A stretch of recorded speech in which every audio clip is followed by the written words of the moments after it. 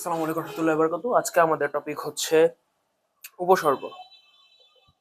আমরা আমাদের অবস্থান থেকে আজকে যে জিনিসটা পড়বো সেটা হচ্ছে উপসর্গ। আমরা উপসর্গ বলতে কি বুঝি? যে সকল অব্যয়সূচক শব্দ, শব্দাংশ বা ধাতু শব্দের পূর্বে অংশে নতুন শব্দ গঠন করে মূল শব্দের অর্থের পরিবর্তন, সম্প্রসারণ এবং সংকোচন ঘটায় তাকে হচ্ছে উপসর্গ বলে। মেইন কি পয়েন্ট হচ্ছে অর্থের পরিবর্তন, সম্প্রসারণ এবং হচ্ছে সংকোচন।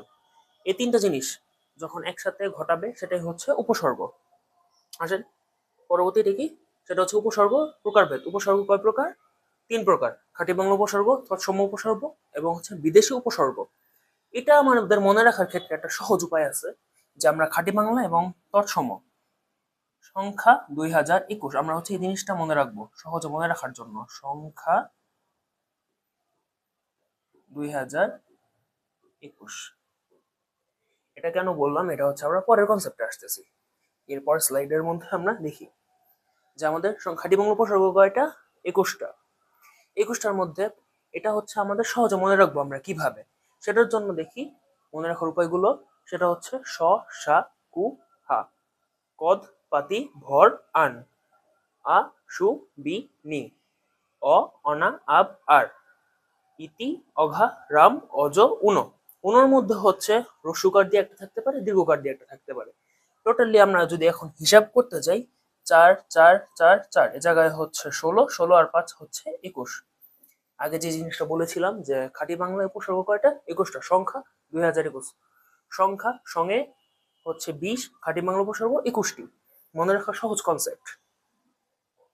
পরবর্তী সেটা হচ্ছে সংস্কৃত উপসর্গ কয়টা? 20টা।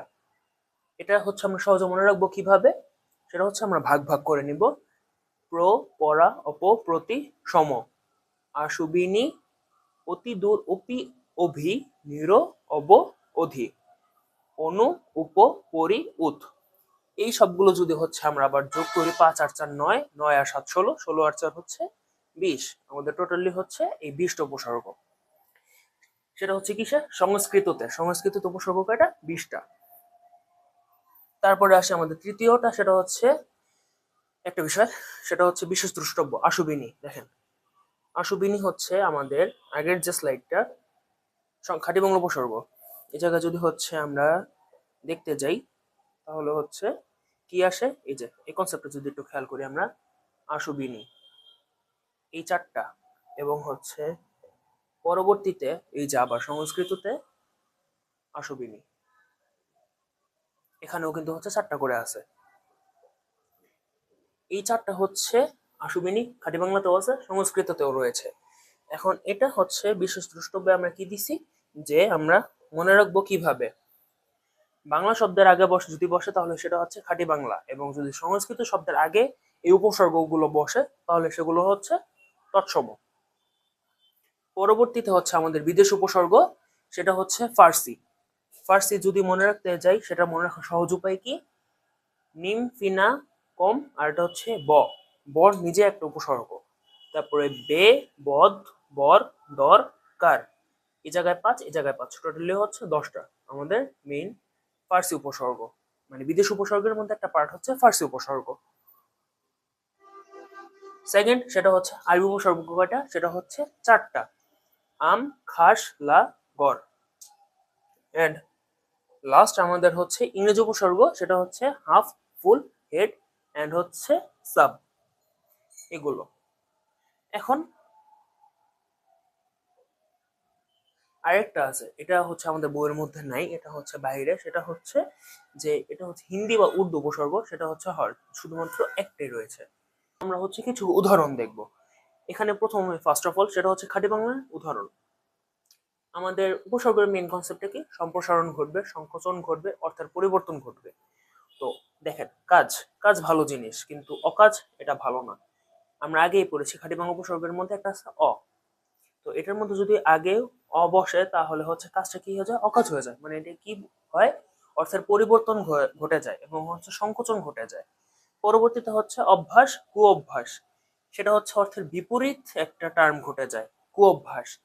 তারপর হচ্ছে পূর্ণ, পূর্ণর সাথে যদি পরি উপসর্গ যুক্ত হয় সেটা হয়ে যায় পরিপূর্ণ। সম্পূর্ণ বা পরিপূর্ণর যেটা পরি উপসর্গটা যুক্ত হয়ে হয়ে যায় পরিপূর্ণ। অ্যান্ড বন, বনের কোনো বিষয় বোঝা যায় না যে বনটা বড় না ছোট, কিন্তু যদি উপবন উপসর্গটা অ্যাড হয় তাহলে হয়ে যায় উপবন। আমাদের ফার্সি উপসর্গের মধ্যে কি কি আছে? নিমফিনা কমবে, বদবর দরকার। কারের একটা উদাহরণ কি? কারখানা। তারপর হচ্ছে বদ, বদ মেজাজ। তারপর হচ্ছে বে, বে দিয়ে একটা, সেটা হচ্ছে বেয়াদব।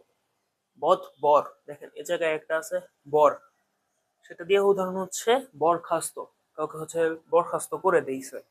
এটা অর্থের এই জায়গায় কি ঘটতেছে? পরিবর্তন ঘটতেছে। তারপর হচ্ছে মেজাজ, তারপর হচ্ছে খানা, খানা মানে কি? খাবার দাবার করা। কিন্তু এটার আগে যদি কার যুক্ত হয় তাহলে কি হয়ে যায়? কারখানা। এটা কি হয়? অর্থ পরিবর্তন করে দিতেছে। আমরা প্রথমে যেটা জানছিলাম অর্থের পরিবর্তন, সম্প্রসারণ বা হচ্ছে সংকোচন। পরবর্তীতে হচ্ছে যদি আমরা দেখতে যাই, সেটা হচ্ছে খাসমহল। খাস দিয়ে যেটা, খাস হচ্ছে খাসমহল। তারপর হচ্ছে গরমিল, গড় দিয়ে হচ্ছে গরমিল। মিল ভালো জিনিস, গরমিল মানে হচ্ছে ভেজাল লাগতেছে বা হচ্ছে ঝামেলা হচ্ছে, গরমিল বোঝানো হইতেছে। পরবর্তীতে হচ্ছে আমাদের ইংরেজি। ইংরেজির ক্ষেত্রে উদাহরণটা কিরকম ভাবে যদি আনি, সেটা হচ্ছে হাফ, ফুল, হেড অ্যান্ড হচ্ছে সাব, এই চারটা আছে। হাফ যদি বলি তাহলে হচ্ছে হাফ প্যান্ট, হাফ প্যান্ট। তারপর হচ্ছে ফুল প্যান্ট, ফুল প্যান্ট। পরবর্তীতে আমাদের হচ্ছে যদি হেড দিয়ে ধরি, হেড মাস্টার, হেড মাস্টার। এগুলো হচ্ছে উদাহরণ। মাস্টার মশাই কে যদি হচ্ছে আমরা বলি, মানে মাস্টারদের হেড, সে কে? হেডমাস্টার। এটা কি বোঝানো হচ্ছে? যে সে হচ্ছে একজন সম্মানিত ব্যক্তি। এ জায়গা হচ্ছে সম্প্রসারণ বিষয়টা আসতেছে, সে হচ্ছে সম্মানিত ব্যক্তি। তো আজকে আমাদের ক্লাসটা এই পর্যন্তই। ততক্ষণ সবাই ভালো থাকবেন, সুস্থ থাকবেন। আল্লাহ হাফেজ, আসসালামু আলাইকুম।